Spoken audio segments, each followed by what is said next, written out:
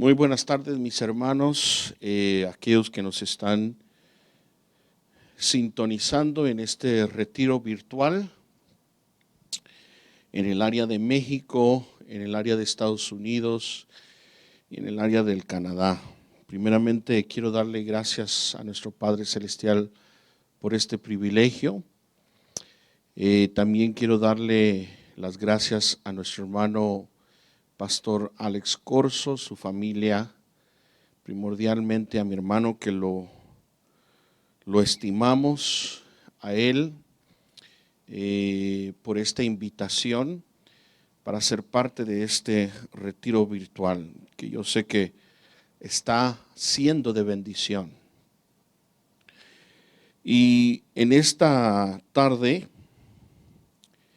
quiero solamente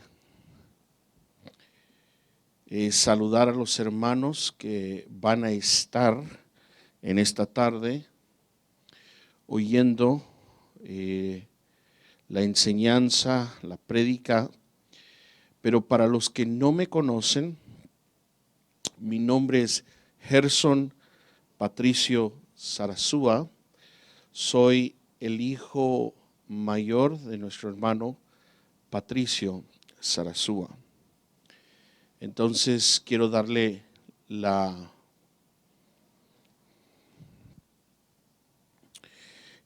información para aquellos que no me conocen. Yo sé que hay algunos que sí, pero para aquellos que sean su primera vez de oír de mí y pensar, ¿y quién es este joven que está ahorita entregando la palabra del Señor?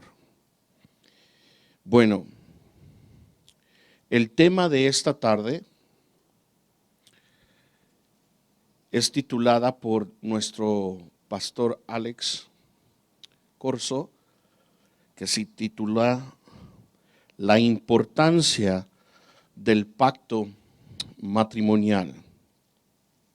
Y ya sabemos que este retiro virtual tiene el título Haciendo pacto con la familia. Entonces, en esta hermosa tarde vamos a estar nosotros viendo la importancia del pacto matrimonial. Yo voy a tratar de ser concreto, no me voy a querer alargar tanto.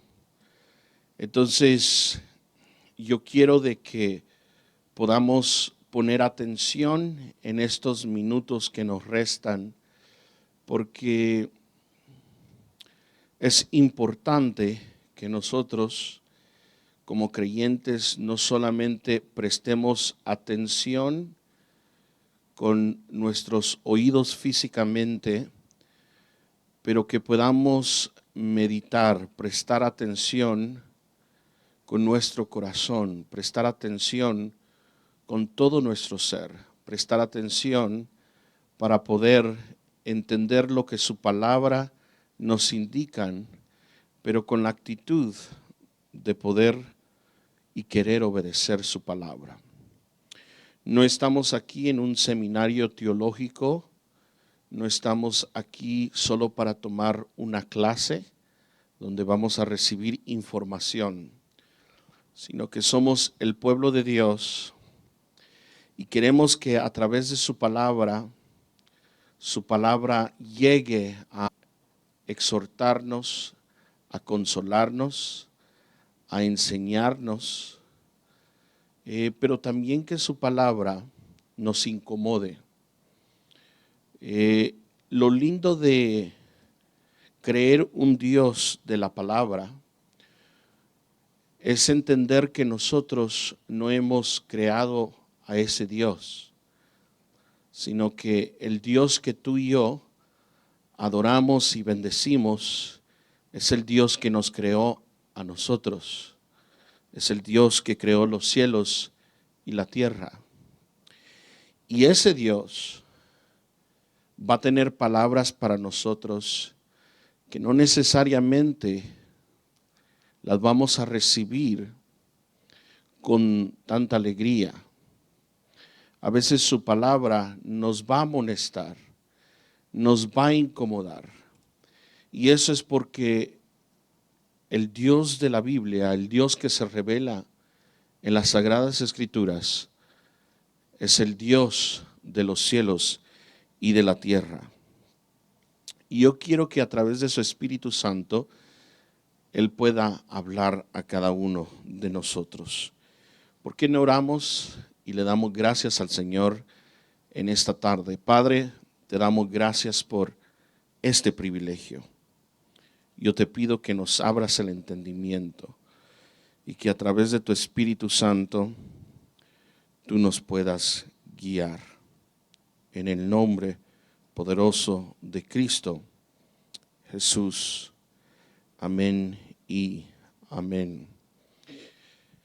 Vamos entonces a ver la importancia del pacto matrimonial. Vamos a ver qué es lo que las Escrituras nos dice sobre el asunto del matrimonio siendo un pacto.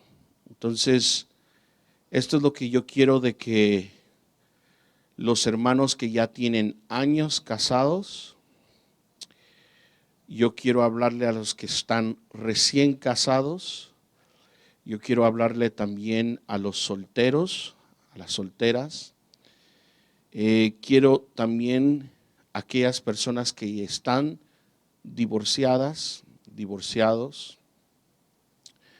que puedan en alguna forma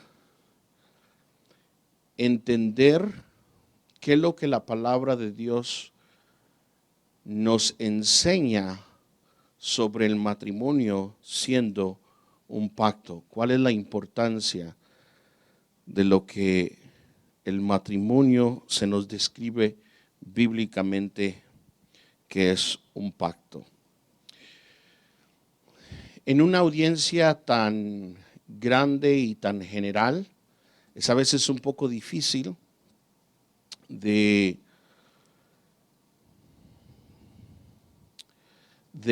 poder predicar estos temas, y la razón por qué es porque tenemos una audiencia muy diversa.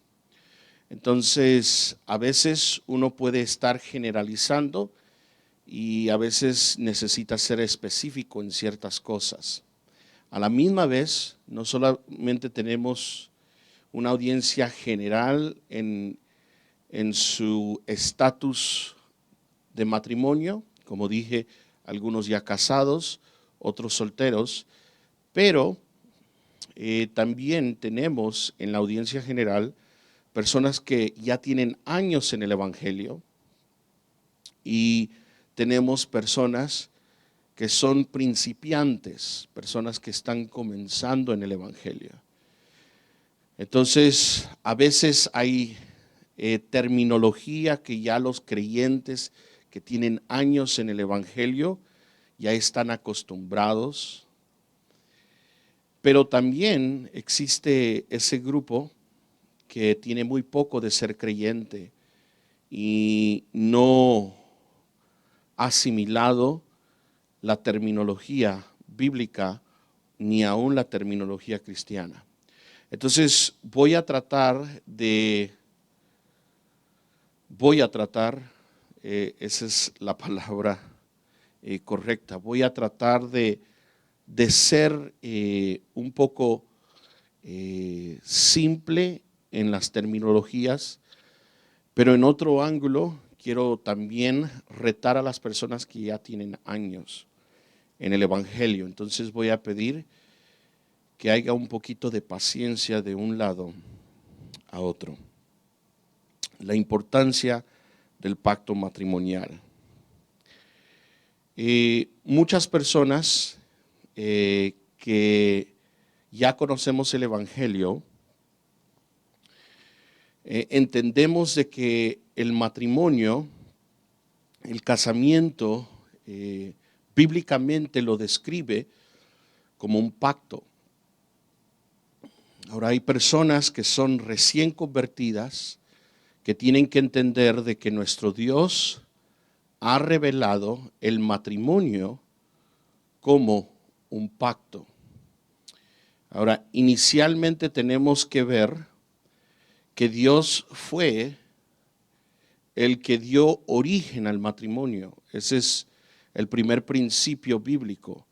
El ser humano no fue el que inventó el matrimonio, sino de que la revelación bíblica nos da a entender que Dios fue el iniciador del matrimonio. Dios pudo haber creado seres que no necesariamente necesitaban meterse en un pacto matrimonial. Pudo haber creado seres que, aunque se reproducen, no necesariamente necesitan entrar en un acuerdo matrimonial. Vemos nosotros ejemplos en el reino animal donde no tenemos evidencia que existen acuerdos o pactos entre ese reino animal, mas sin embargo los animales se reproducen. Pero Dios en su infinita sabiduría diseña el matrimonio entre el hombre y la mujer, pero tenemos cierta evidencia textualmente y bíblicamente que el matrimonio es básicamente una señal, y eso es importante que el pueblo de Dios entienda. El matrimonio es básicamente una señal. Yo quiero de que me puedan entender cuando yo estoy hablando de una señal. Cuando hablo de una señal, estoy hablando que una señal es básicamente el uso de una señal es apuntar a alguien más que esa señal. La señal no apunta a sí mismo. Voy a dar un ejemplo bíblicamente. En la Biblia tenemos varias señales. Tú y yo las conocemos como la palabra más usada bíblicamente, como los milagros. Pero los milagros, que la palabra se traduce señal, los milagros básicamente apuntan hacia alguien en sí. No es los milagros en sí lo que los milagros están apuntando a sí mismos, sino que los milagros son señales y los milagros están apuntando al Dios Todopoderoso. Entonces, las señales, los milagros apuntan hacia una persona, un objeto. Lo mismo es el matrimonio. Bíblicamente sabemos de que en el Nuevo Testamento la revelación se nos da particularmente o específicamente en el libro de Efesios, que el matrimonio es una señal. A veces leemos o estudiamos o vamos a conferencias de matrimonios para aprender a veces de nuestro propio matrimonio, de las personas que están pasando por problemas, pero se nos olvida que el matrimonio fue originado, inventado, creado por Dios, pero fue creado para el último propósito, y el último propósito es de señalar a algo mucho más excelente que el matrimonio terrenal.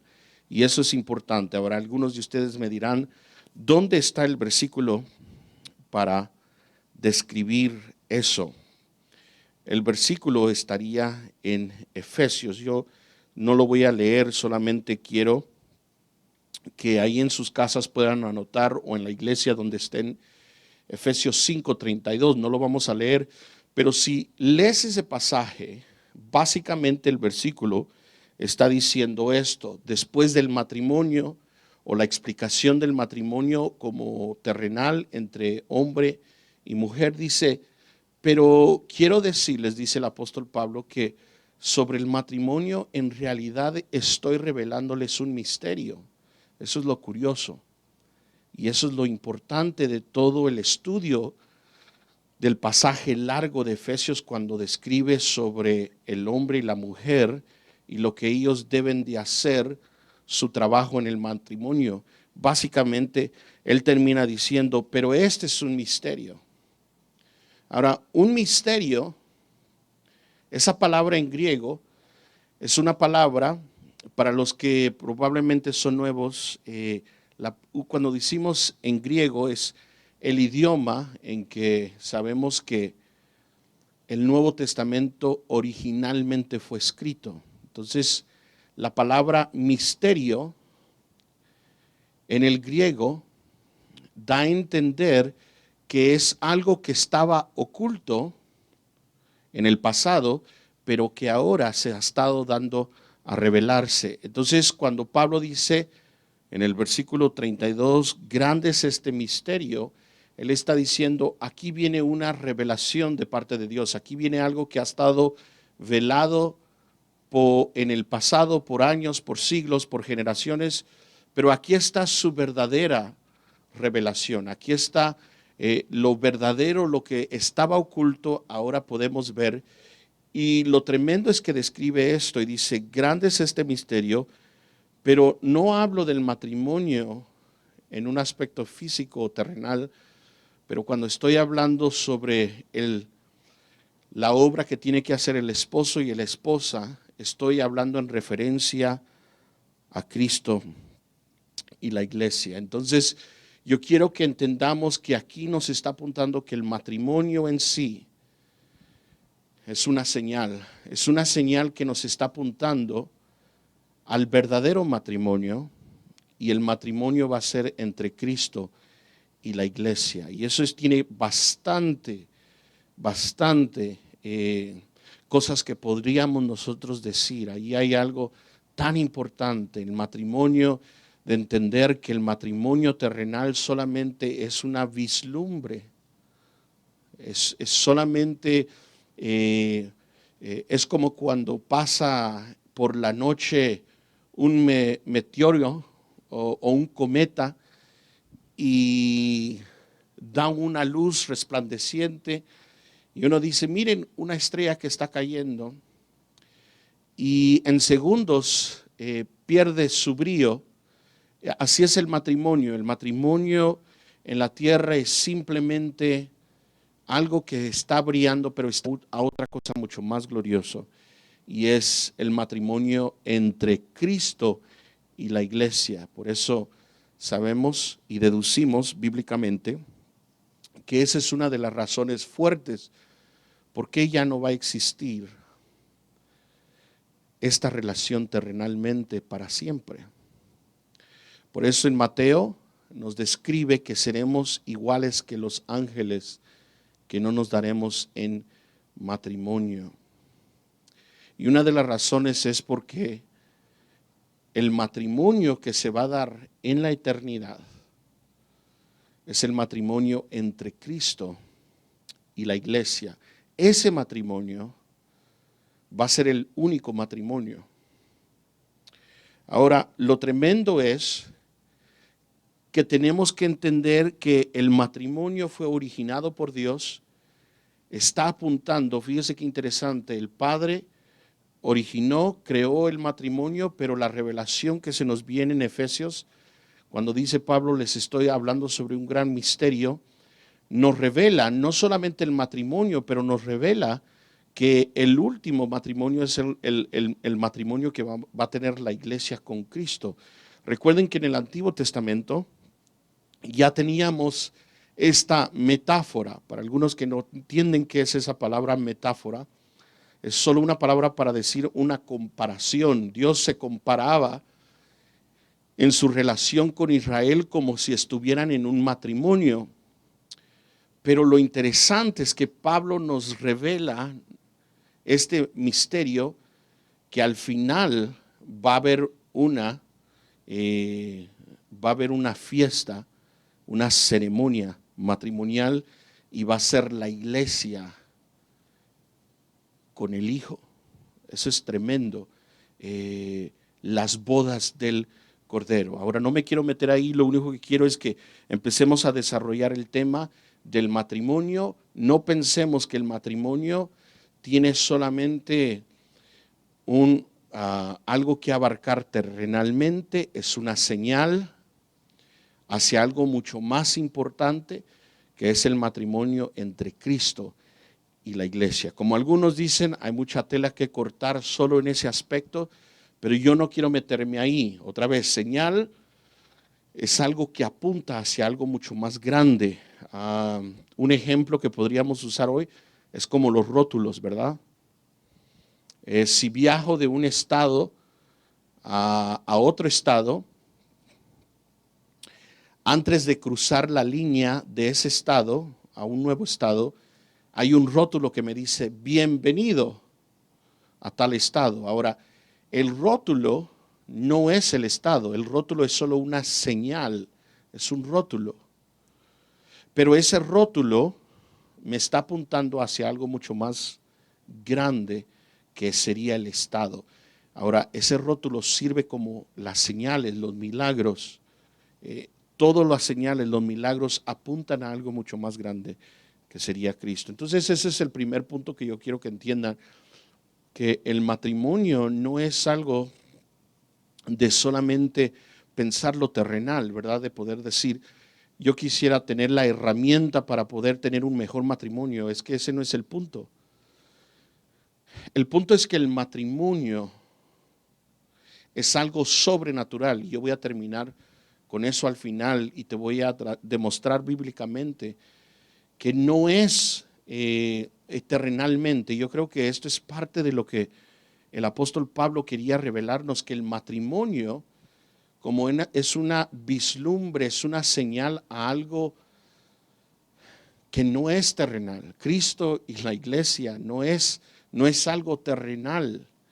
Entonces es algo que va mucho más allá de lo terrenal. Por eso es importante saber de que sociólogos, psicólogos, consejeros pueden darnos ciertas herramientas terrenales, pero la palabra de Dios nos va a revelar que el matrimonio es sobrenatural. Entonces, vamos a ver al final que el matrimonio es sobrenatural. Pero antes de terminar en ese punto, llegar a ese punto con que yo comencé, yo quiero abarcar y decirles cómo entonces Dios mira el matrimonio. Y Dios mira el matrimonio como un pacto. El primer versículo que quiero que podamos nosotros solamente ver está en el Antiguo Testamento. Si tienes tu Biblia, puedes abrirlo a Proverbios capítulo 2, versículo 17. Proverbios 2, 17. Y vamos a ver que en estos pasajes Dios, no el hombre, pero Dios describe el matrimonio, la unión entre un hombre y una mujer, como un pacto. Y yo quiero describirte qué es lo importante de ese pacto. Proverbios 2:17 dice así: la cual deja al compañero de su juventud y olvida el pacto de su Dios. Ahora, estamos leyendo un texto aislado de su contexto, que viene siendo el versículo 16, pero solo déjame explicar qué es lo que está pasando en su contexto. En Proverbios se está explicando sobre la sabiduría de Dios, y Dios quiere, a través del libro de Proverbios, que adquiramos la sabiduría de Dios. Recuerden de que el maestro que está describiendo el libro de Proverbios llega con el famoso versículo o refrán, que el principio de la sabiduría es el temor a Dios. Ahora, este maestro está enseñando a su propio hijo, diciéndole de que si adquieres la sabiduría no humana, pero la sabiduría de Dios, lo que va a suceder es que la sabiduría de Dios te va a proteger. La sabiduría de Dios te va a guardar, te va a proteger y te va a librar de la mujer extraña Otras versiones van a decir de la mujer desconocida. Esa palabra desconocida quiere decir extranjera. ¿Y qué es lo que está refiriendo eso en el versículo anterior? Que la sabiduría de Dios te va a guardar de la mujer adúltera. Eso es lo que quiere decir extranjera. No es de que la mujer se está describiendo aquí como una mujer que vive en otro país. Eso no quiere decir extranjera. Aquí en su contexto está describiendo una mujer extranjera porque es extraña al círculo matrimonial. Es una mujer extraña entre el hombre y la mujer. Entonces llaman a la mujer adúltera o a la prostituta. Y esto también puede ser con el hombre, un hombre adúltero, un hombre que practica también la prostitución. Entonces, entiende, esto es lo que está hablando el versículo. Y el versículo dice así, que entonces, si uno adquiere la sabiduría de Dios, la sabiduría de Dios te va a guardar de la mujer extraña, de la mujer extranjera, de la mujer o del hombre que quieren invadir ese matrimonio tan importante. Y mire lo que dice entonces en el versículo 17, la cual deja al compañero. Esto es lo que hace la mujer extraña, pero la sabiduría de Dios te va a defender, te va a proteger, porque la mujer extraña o el hombre extraño va a dejar al compañero. Y esa palabra es importante en el hebreo porque es una palabra que cita amistad, el amigo. Qué tremendo, porque ese es un aspecto del matrimonio. Tiene que llevar, entonces, el aspecto matrimonial tiene que llevar ese ingrediente de que no puede ser solo ser una persona donde se expresa sexualmente, que es parte, pero es una persona que es su amigo, su amiga. Eso es lo que quiere decir compañero aquí en este versículo 17.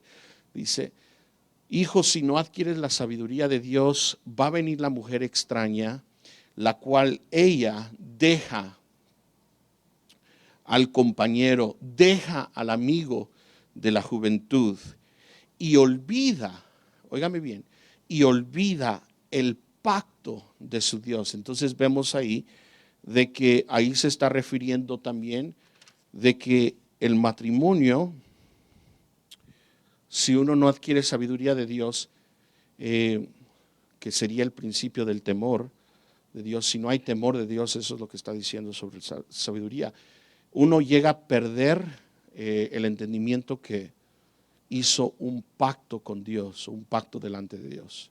Entonces aquí está hablando sobre el matrimonio, pero también está hablando de la relación entre Israel y Dios. Recuérdense que esa era una comparación que Dios hacía. Vayamos al segundo versículo, Malaquías 2:14. Entonces estamos viendo que Dios bíblicamente está explicando que Él mira el matrimonio como un pacto, y es un pacto que se está haciendo delante de Dios. Por eso cuando yo tengo el privilegio hermoso de casar a una pareja, yo le tengo que dar a entender a esos jóvenes, miren, ustedes están haciendo un pacto delante de Dios, no es el pacto solo delante del pueblo, Dios está en el asunto. Por eso una ceremonia, por decir, algunos la dicen religiosa, una ceremonia donde el pastor te bendice, es algo sumamente, y para mí más importante que solamente firmar contratos civiles o legales delante de un juez o de un abogado. Es algo que Dios está en el asunto como testigo. Malaquías 2:14 nos describe más detalladamente cómo Dios mira el matrimonio, y mire lo que dice. Ustedes dicen, en otras palabras, el contexto, otra vez este texto está aislado, pero lo que estaba sucediendo es que el profeta Malaquías, que fue uno de los últimos, sino el último profeta de profetizar dentro del pueblo de Israel,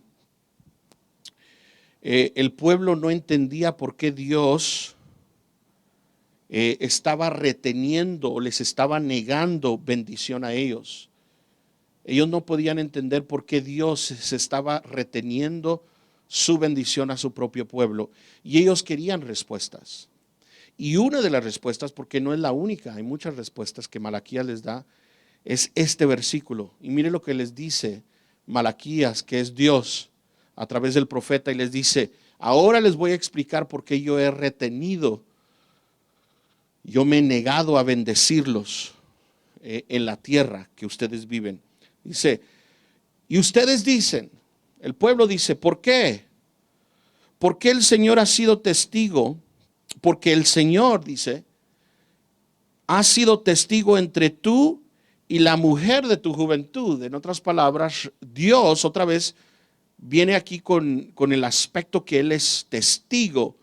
Él es alguien que ustedes se están casando delante de Dios, se casaron y Él fue testigo, dice, contra la cual has obrado deslealmente. En otras palabras, Dios se estaba fijando en este contexto que los esposos de Israel estaban maltratando a sus esposas.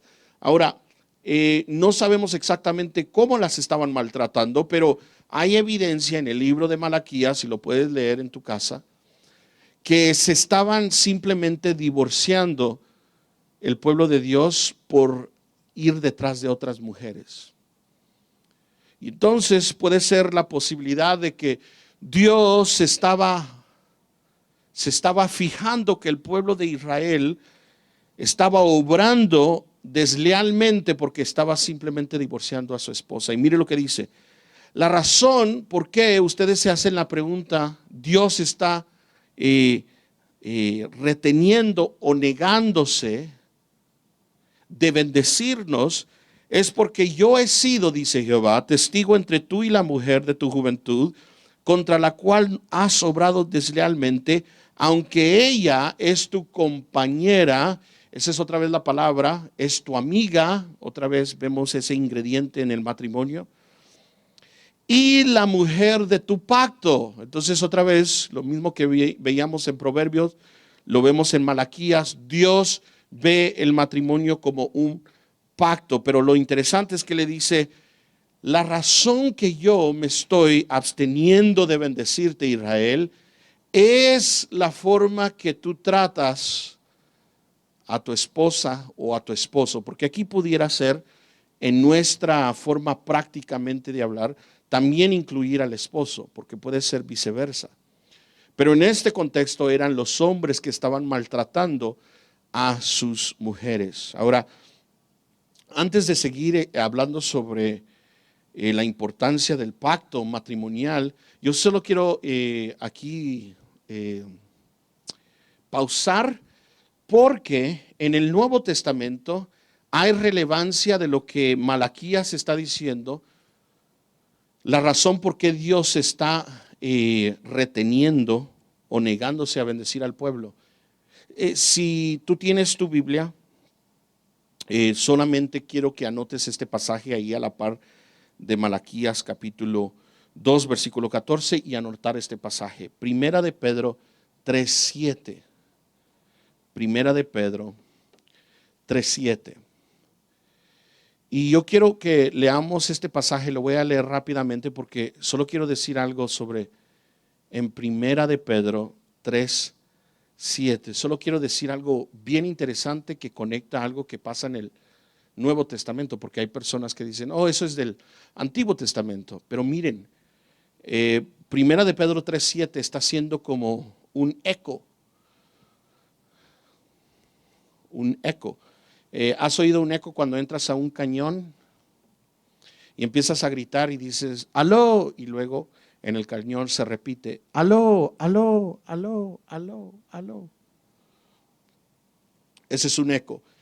Y estudiosos bíblicos dicen que hay ecos del Antiguo Testamento al Nuevo Testamento. Y esto podríamos hablar que es un eco del pasaje de 2:14. Mire lo que dice Primera de Pedro 3:7. Ustedes maridos igualmente convivan de una manera comprensiva con sus mujeres, como con un vaso más frágil, puesto que es mujer, dándole honor por ser heredera como ustedes de la gracia de la vida. Pero aquí está el punto: para que sus oraciones no sean estorbadas. Ahora miren, hermanos, en Malaquías lo que estaba siendo estorbado es la bendición que se podría ver en una bendición física. En una bendición física. Pero en el Nuevo Testamento, lo que Dios se retiene o se niega es en nuestras peticiones. Por el simple hecho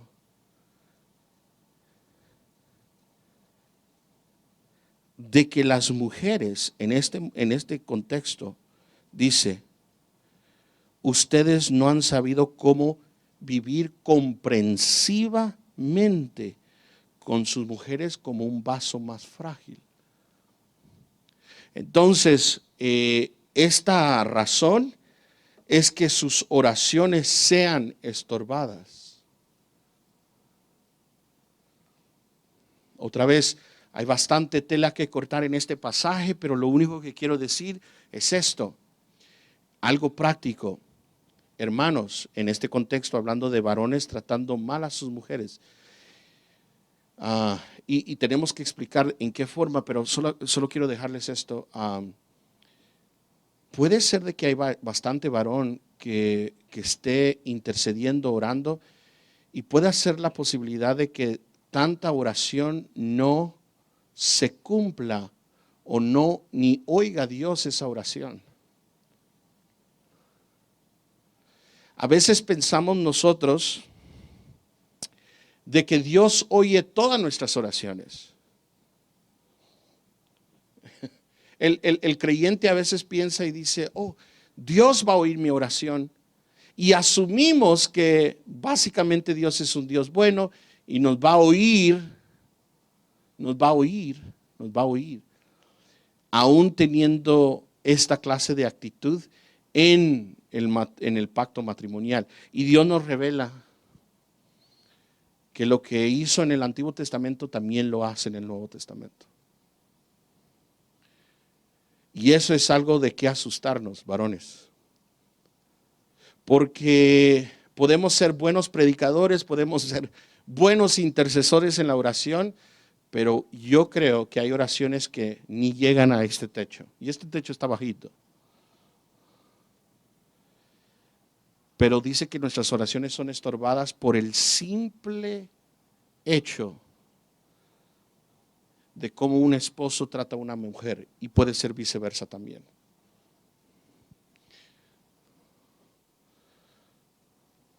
Entonces, Dios no solamente, y esto es importante de entenderlo, Dios no solamente fue testigo desde el principio que hubo esa ceremonia tan hermosa, Dios no solamente fue testigo de ese pacto que se hizo, pero Dios sigue observando ese pacto. Y esa es una de las cosas tan importantes que tenemos que ver, es que Dios sigue observando ese pacto. Dios sigue observando cómo tratas a tu esposa, cómo tratas a tu esposo. Y podemos llegar de la casa y levantar manos, y nuestra actitud con la esposa, con el esposo, va a afectar nuestra adoración a Dios. Tremendo. Tremendo que Dios también se detiene para escuchar.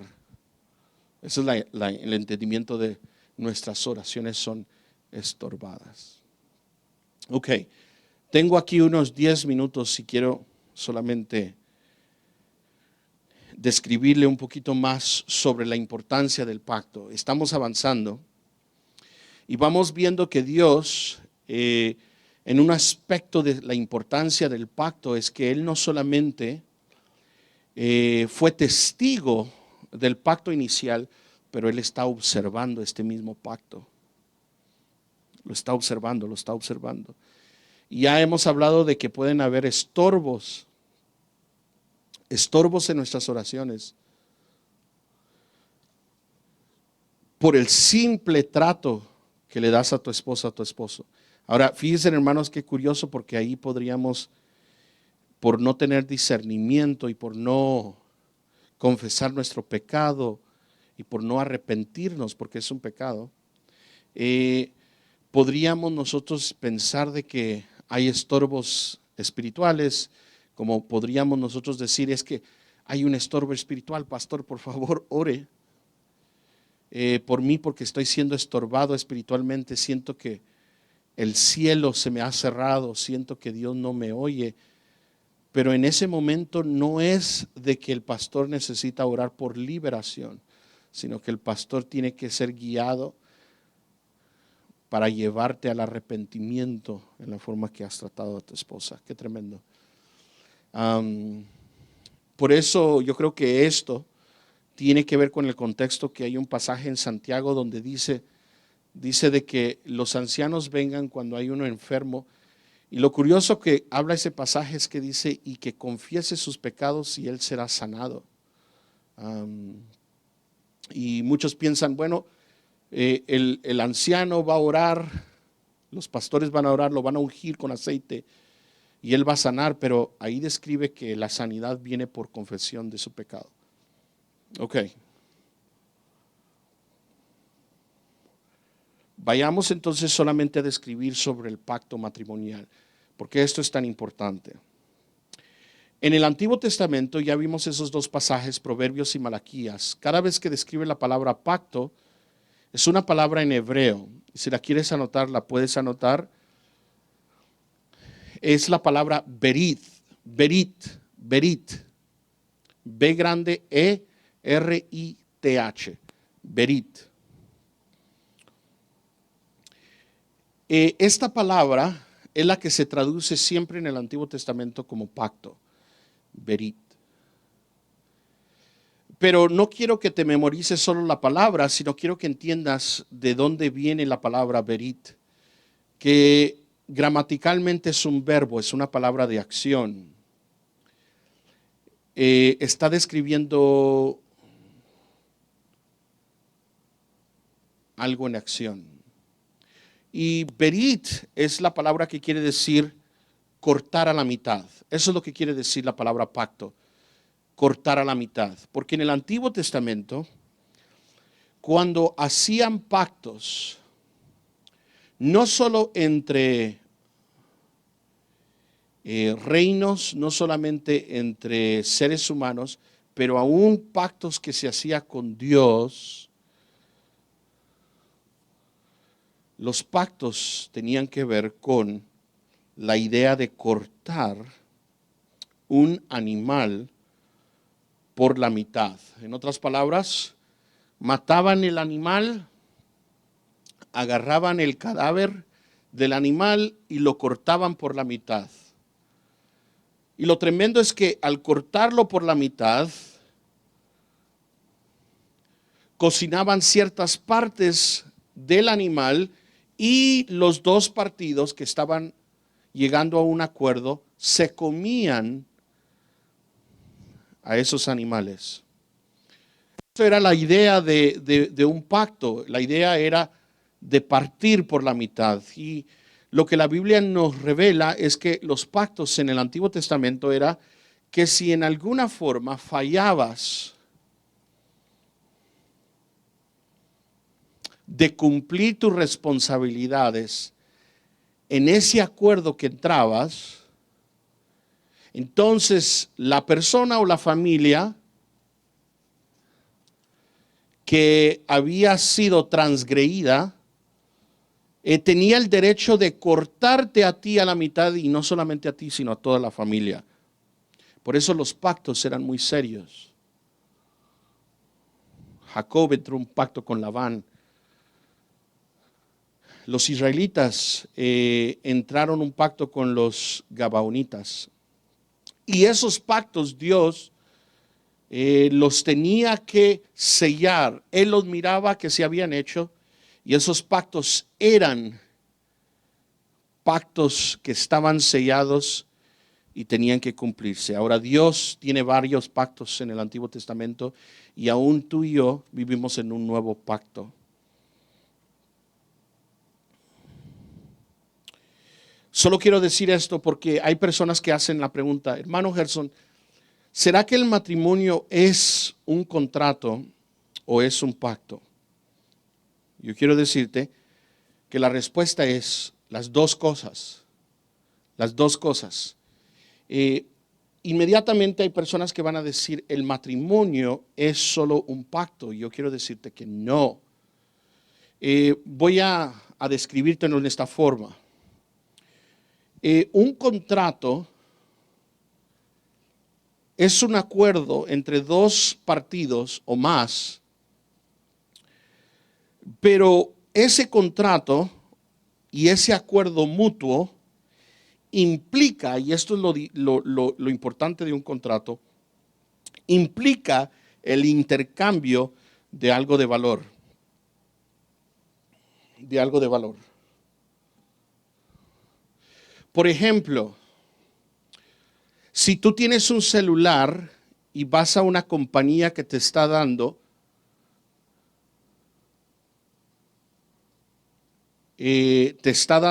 la línea o la posibilidad de adquirir mensajes telefónicos, tú entras con esa compañía en un contrato, que quiere decir que hay un mutuo acuerdo, pero no es solamente un acuerdo, porque si solo te metes en un mutuo acuerdo, esa compañía no puede demandarte. Pero la razón por qué ese acuerdo se vuelve en un contrato es que el acuerdo existe que la persona va a usar el teléfono y va a recibir de la compañía la señal para recibir llamadas telefónicas y en intercambio el cliente le va a dar algo de valor. La compañía te da a ti, me da a mí algo de valor que será el servicio telefónico, que sería la señal, y tú le entregas algo de valor, que es el pago mensual. Entonces hay un intercambio de algo de valor y por tanto ese es un contrato. Ahora, quiero solamente decirte, muchos piensan que el matrimonio no es un contrato, pero legalmente, hablando legalmente, es un contrato. Hablando legalmente, es un contrato. El ejemplo sería, por decir,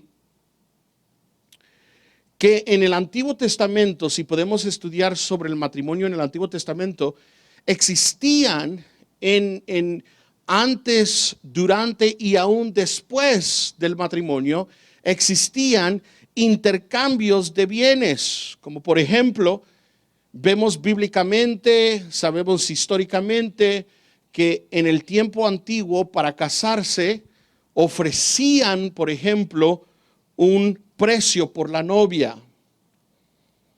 lo que llamamos la dote. Para los mexicanos que tienen hambre no es el elote, es la dote. Era un precio, un pago que se le daba a la novia, pero también era un pago o algo de valor que se le daban a los padres. Entonces, cuando hablamos del matrimonio, legalmente es un intercambio de cosas de valor. Pero dejemos eso a un lado, también existe el intercambio de estipulaciones, promesas hechas por la novia y el novio, y promesas que el novio le da a la novia. Entonces hay intercambios de algo que tiene valor. Existen también sanciones financieras si cualquiera de las partes no cumple esas promesas. En otras palabras, me están aquí dando la alarma de que ya está terminando mi tiempo. Pero lo que voy a decir es esto. Es que el intercambio de esas cosas de valor también existen en una forma sanciones financieras cuando hay un quebrantamiento de promesas. Por eso cuando existe un divorcio, entonces, ¿qué es lo que vemos nosotros? Tiene que existir sanciones financieras. Los dos obtienen algo de valor. Pero también existe el intercambio de anillos. Eso es algo de valor. El uno hacia el otro hacia la otra persona, son el intercambio de anillos. Entonces eso existe como algo de valor. Entonces quiero decir esto. Legalmente el matrimonio es un contrato. Porque ya te dije que un contrato es el acuerdo entre dos partidos o más. Pero lo que hace ese acuerdo un contrato es que existe un intercambio de valor. Entonces, podríamos decir que esencialmente, sí, un matrimonio es un contrato. Pero aquí está lo importante para nosotros como creyentes. La Biblia describe el matrimonio más que un contrato. Lo describe como un pacto. Entonces tenemos que ver que existe la diferencia entre un matrimonio legal, un contrato, y un matrimonio que describe la palabra que es un pacto. Entonces, podríamos decir que el matrimonio sí es legal, sí es un contrato, pero para el creyente, para aún el incrédulo, él necesita ver que el matrimonio es más allá que solo contrato. Es más allá que solo el intercambio de cosas de valor. El matrimonio es un pacto. Ahora, yo aquí estoy midiendo el tiempo, no se preocupen. Tengo aproximadamente unos 7 minutos. Y solo quiero decir esto. Hoy en día, en nuestra sociedad, vivimos orientados de saber o de pensar que el matrimonio es un contrato. Esa es la sociedad entre que vivimos nosotros como creyentes. Pero no solamente como creyentes, sino que dentro de la iglesia también existe esta mentalidad de que básicamente se ha metido de nuestra sociedad dentro de la iglesia de pensar que el matrimonio es un contrato solamente.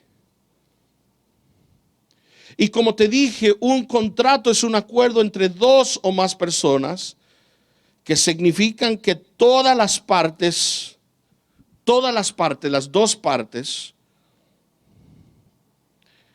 tengan la firmeza de hacer algo. Esta es la mentalidad. En otras palabras, los dos tenemos derechos. Tenemos responsabilidades. Y es verdad, el matrimonio tiene responsabilidades, tiene derechos, pero la mentalidad es que esto es lo que une el matrimonio para muchas personas. Yo tengo derechos, yo tengo responsables, tú tienes derechos, tú tienes responsables. Y si alguien falla en esos derechos responsables, se acabó el matrimonio. Si alguien no vive siendo responsable, se terminó el matrimonio. ¿Cuántas veces yo he oído creyentes que básicamente me dicen, hermano, tengo ya el derecho de divorciarme y recasarme otra vez porque mi esposa ya falló? Esta es la mentalidad. La mentalidad es esta.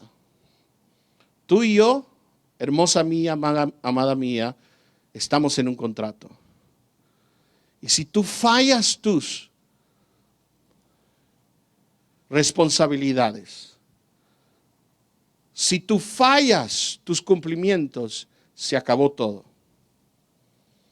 Entonces el creyente pelea cuando viene a las Escrituras y las Escrituras describen que un matrimonio sí es legal delante de Dios. Hay un intercambio de cosas de valor, pero el matrimonio es más que eso.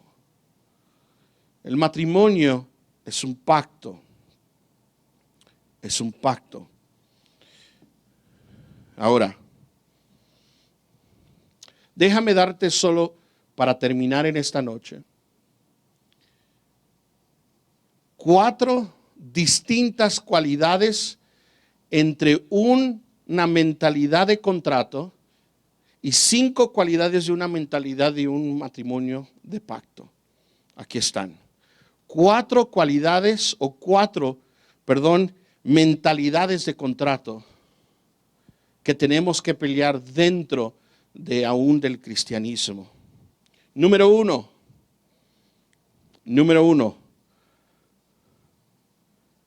Los que tienen la mentalidad que el matrimonio es solo un contrato,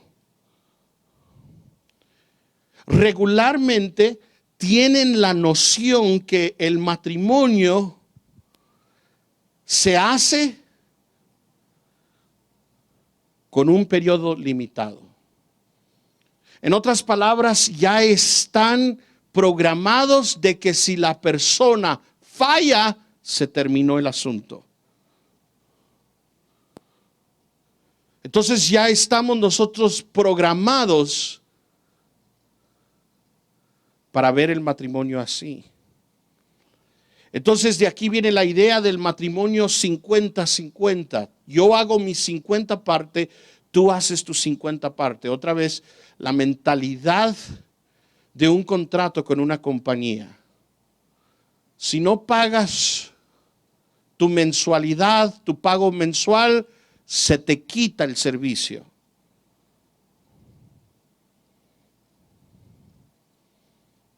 Estamos casados hasta que seamos beneficiados mutuamente.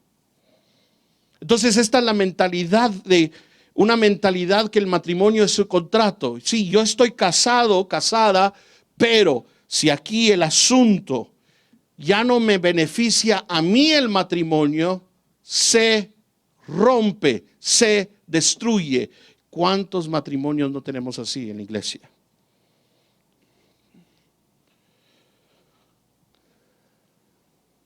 Segunda mentalidad de un matrimonio contrato, de un matrimonio, tener de una mentalidad que el matrimonio es un contrato. Como el asunto es basado tiene que existir responsabilidades, ese es el énfasis.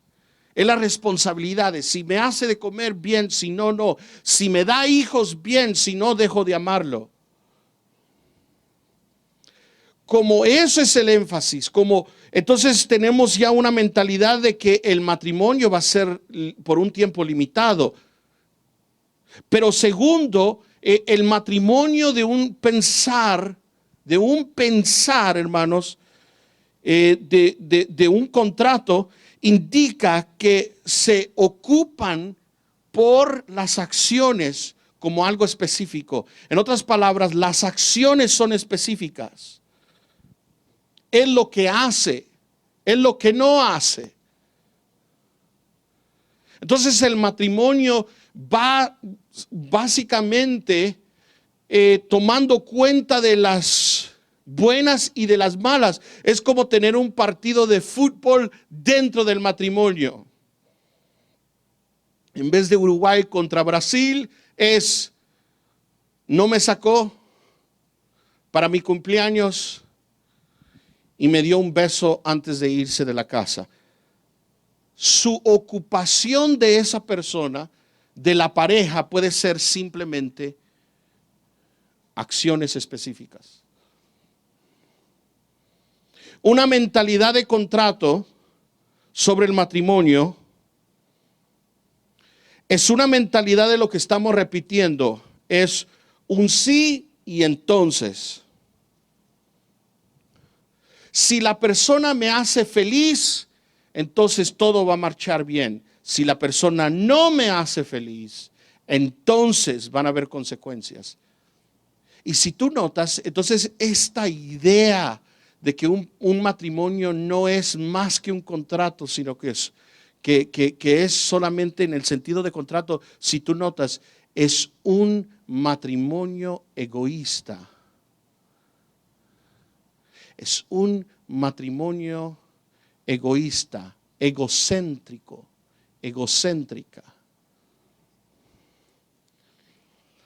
Y número 4,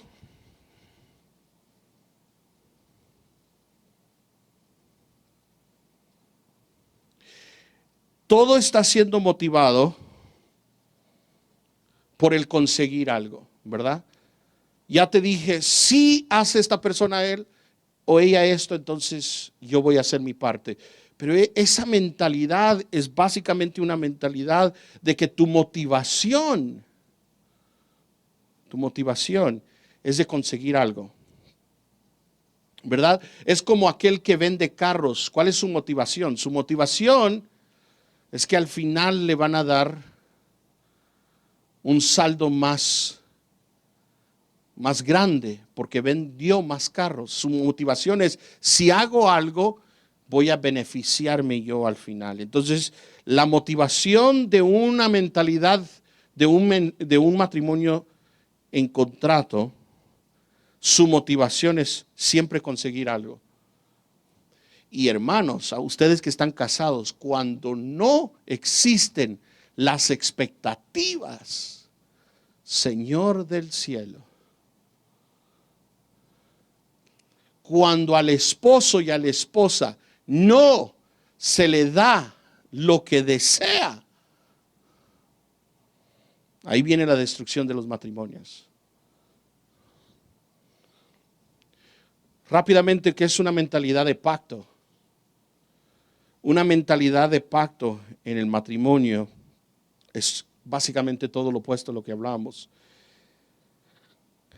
Pero una de las cosas bien interesantes es que está basado sobre el amor ágape, es un amor sobrenatural.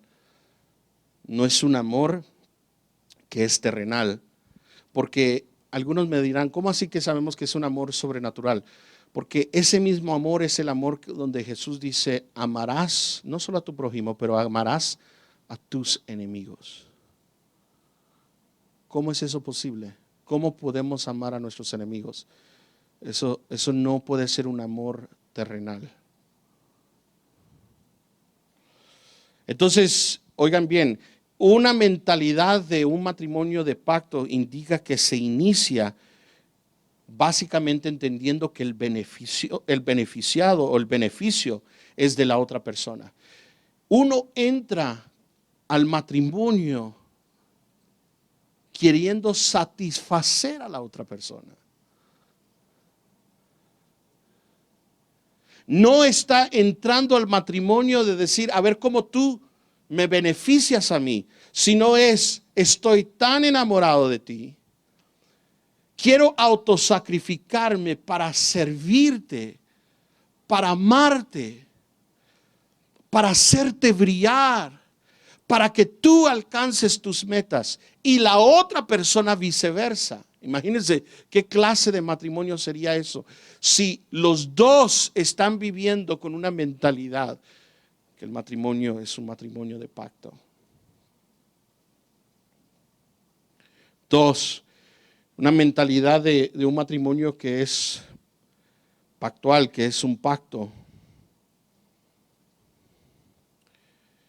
Es que las promesas son incondicionales. Las promesas son incondicionales. No es mientras tú las obtengas, yo te voy a ser fiel, sino es estas promesas que yo estoy haciendo en el altar, sea pobre, sea rico, con salud, en enfermedad, yo te seré fiel, yo te cuidaré. En otras palabras, la mentalidad de un matrimonio de pacto es que las promesas son incondicionales. Número 3. Esta clase de mentalidad se basa en un amor inquebrantable. Inquebrantable. Es un amor inquebrantable. Solo estudiemos 1 Corintios capítulo 13, Gálatas capítulo 5, describiendo el fruto del Espíritu que comienza con amor. Pero es un amor ágape, un amor sobrenatural. Número 4, ven los compromisos como permanentes. Yo creo que una de las diferencias más grandes que yo veo de los matrimonios de hoy a los matrimonios que podría decir de mis padres es que hoy muchos jóvenes se cansan entendiendo que la realidad es que se van a divorciar. Y antes entendían que entraban a un pacto con esa joven o ese joven para siempre. Los compromisos eran permanentes. Era la mentalidad de vivir para siempre. Hoy en día, los jóvenes que se meten al matrimonio dicen, tengo la opción, entro con esta opción, que un día puedo salirme de este contrato. Una mentalidad de pacto dice, no, aquí es hasta que la muerte nos separe. Entonces, entiende, cuando tienes esa mentalidad, cuando vienen problemas y problemas fuertes, ¿qué es lo que va a ser una mentalidad? Aquí nadamos por decir juntos o los dos nos hundimos. No es allá tú, sálvate como puedas y yo me voy a salvar como yo pueda. Y número 5, yo creo que es algo tan importante. Una mentalidad de saber que un matrimonio es de un pacto, es entender que necesitan y requieren dos cosas en un pacto matrimonial: confrontación y perdón. ¿Qué es confrontar siempre en un matrimonio? Confrontar indica que mantienes a la persona, a la otra persona, responsable por sus acciones. No es de que no le voy a decir nada porque se puede enojar. Esa es la mentalidad de un contrato. Es que si yo le digo algo por lo que me hizo sentirme, por lo que dijo en la mesa, en la reunión de mis amigos, si le digo algo, óyeme bien, entonces él ya no me va, él me va a amar. Entonces se va a enojar, todo esto se va a destruir, la noche se va a destruir. ¿Qué es lo que estás pasando? Es que estás obteniendo una mentalidad de que aquí tú haces lo que tú necesitas, yo hago lo que yo necesito. Pero en una mentalidad de pacto, es una mentalidad donde mantienes a la otra persona responsable. Y esto es confrontar. Yo no te puedo decir cuántos matrimonios, hermano, fracasan porque nunca confrontan. Y si confrontan, lo confrontan equivocadamente. Con gritos, con peleas de manos que ya casi se matan físicamente, abusos verbales. Eso no es confrontar, ese es abusar. Gran distinción. Y una mentalidad no solamente tiene el ingrediente de confrontar en una mentalidad de pacto, pero también existe el arrepentimiento. Existe el arrepentimiento o el perdón. Esa persona tiene en su mentalidad de que su deseo es que esa persona sea levantada de lo que ha sucedido. Ok, yo termino con Efesios capítulo 5, versículo 18. Si podemos poner ahí el versículo 5, 18. Y nomás decir esto. Aquí está el poder del matrimonio en un pacto. Está en Efesios 5, 18. No se embriaguen con vino, en lo cual hay disolución, sino sean llenos del Espíritu. Si tú notas, aquí el apóstol Pablo nos está diciendo, no nos embriaguemos con vino. Y ustedes saben, hermanos, y especialmente los que han vivido en una vida llena de alcohol, de que el alcohol, cuando entra a tu cuerpo, te controla. Ya no eres tú el que tienes control de tu cuerpo, pero ahora el vino tiene control de tu vida. Pero cuando eres controlado con el vino te descontrola. Pablo dice aquí, ojalá que como creyentes no seamos controlados por algo que nos descontrola, ¿verdad? El vino, el alcohol, cuando entra al cuerpo te descontrola. Por eso hay gente que se pelea, hay gente que comienza a llorar, se descontrola, ya emocionalmente, físicamente ya no tiene control sobre su cuerpo. Se tambalea, no tiene control, su cuerpo está descontrolado. Pero Pablo dice esto, en vez de ser controlado por el alcohol que te descontrola, más bien deja que el Espíritu te llene. Deja que el Espíritu te controle. ¿Y por qué no termina la frase? Porque es deducción. Si el Espíritu te llena y el Espíritu te controla, vas a tener una vida controlada, que sería lo opuesto, en la cual no hay disolución. Esa palabra disoluciones quiere decir que haces tonteras, que vives una vida desembocada. ¿Cuál sería la otra parte? Si el Espíritu te llena, vas a estar controlado con tus emociones, controlado con tu mente, controlado con tus acciones.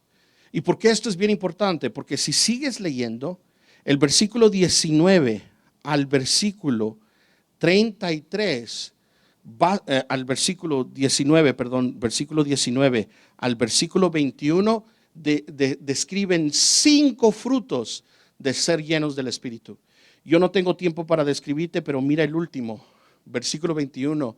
Yo creo que es el más poderoso del fruto de ser lleno del Espíritu. Dice, sométanse unos a otros en el temor de Cristo. El matrimonio va a venir un mutuo sometimiento cuando viene el poder del Espíritu Santo. Por eso te decía al principio, el matrimonio es sobrenatural, no es natural. Es sobrenatural. ¿Y de dónde viene el poder del matrimonio? Viene de la llenura con el Espíritu Santo. Por eso comienza Pablo a describir el versículo 22. Mujeres estén sujetas a su marido. Y yo cierro mi Biblia diciendo, muchas mujeres gritan y pegan el grito, ¿verdad? Especialmente por el movimiento feminista. Y ustedes especialmente lo están viendo más que nunca en México, más que nunca. Pero fíjense qué interesante esto. No nos vamos a sujetar al hombre. Es obvio, es obvio, es obvio. El sometimiento tiene que ser mutuo, el hombre y la mujer, porque esa es la mentalidad de pacto. Es yo te amo y yo me voy a entregar por ti y tú te vas a entregar por mí. Pero óigame bien, esta forma de pensar solo viene si el Espíritu te sigue constantemente controlando, te está llenando, me está llenando a mí. Por tanto, las consejerías terrenales solo pueden ayudarte a cierta forma. El poder de un matrimonio de pacto es la llenura del Espíritu Santo.